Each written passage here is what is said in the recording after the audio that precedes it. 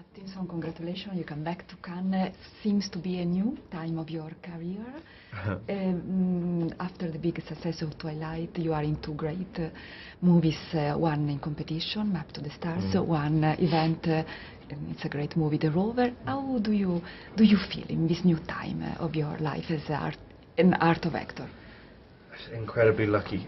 I don't quite know what's happened, but I mean, I just ended up working with filmmakers who I was a fan of for as long as I can remember,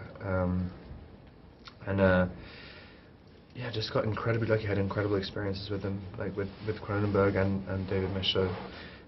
Like, I'm just an enormous fan of both of them, and just having these incredible scripts as well to work with them. Just very, very, very blessed. Do you think the story of The Rover, which is a contemporary Western, has a relationship with our time, the economic crisis, the situation of the poor countries as Nigeria, as Mr. Michaud has said?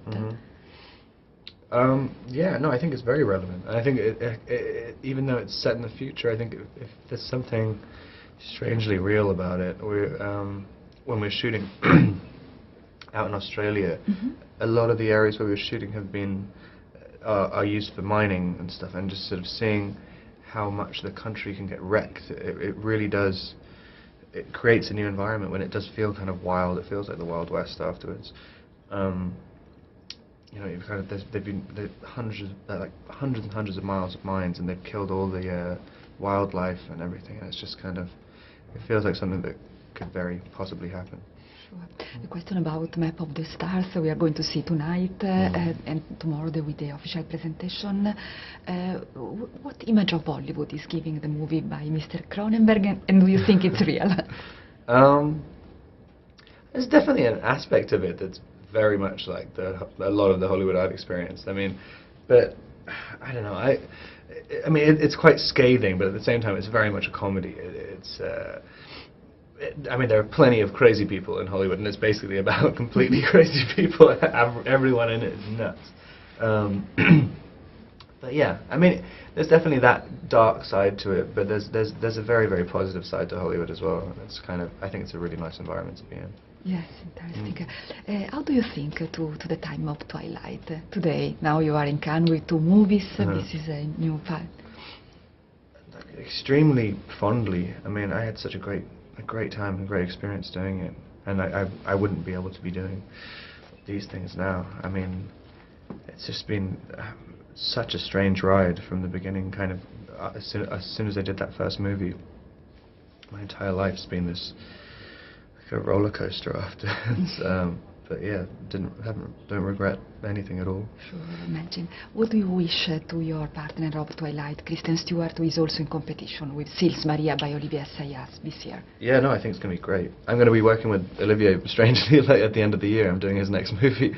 But yeah, I think it's like we all ended up doing kind of cool stuff from Twilight, and I don't know. I think everyone's going to do all right out of it. Is it true that Julianne Moore, you act with in Map of the Stars, give you a good advice about the choice of an actor? The choice you believe in? Yeah, definitely. I mean, and you can really kind of, I mean, I think Julianne's career is one of the best examples of how you can have a career. I mean, she works so much, and almost everything she does ends up being great. I mean, and it's kind of, I think if she's just stayed very honest to herself. She's never really done movies for the wrong reasons, and I mean, it shows you can have a really, really long career, and I think that's what everybody wants. You are supported by so many young audience. They love very much. They love you very much. What do you want to say to your young audience who tonight are going to be at the Palais? The Rover. Yes. I hope they like it. No, it's nice having young people and being able to kind of introduce them to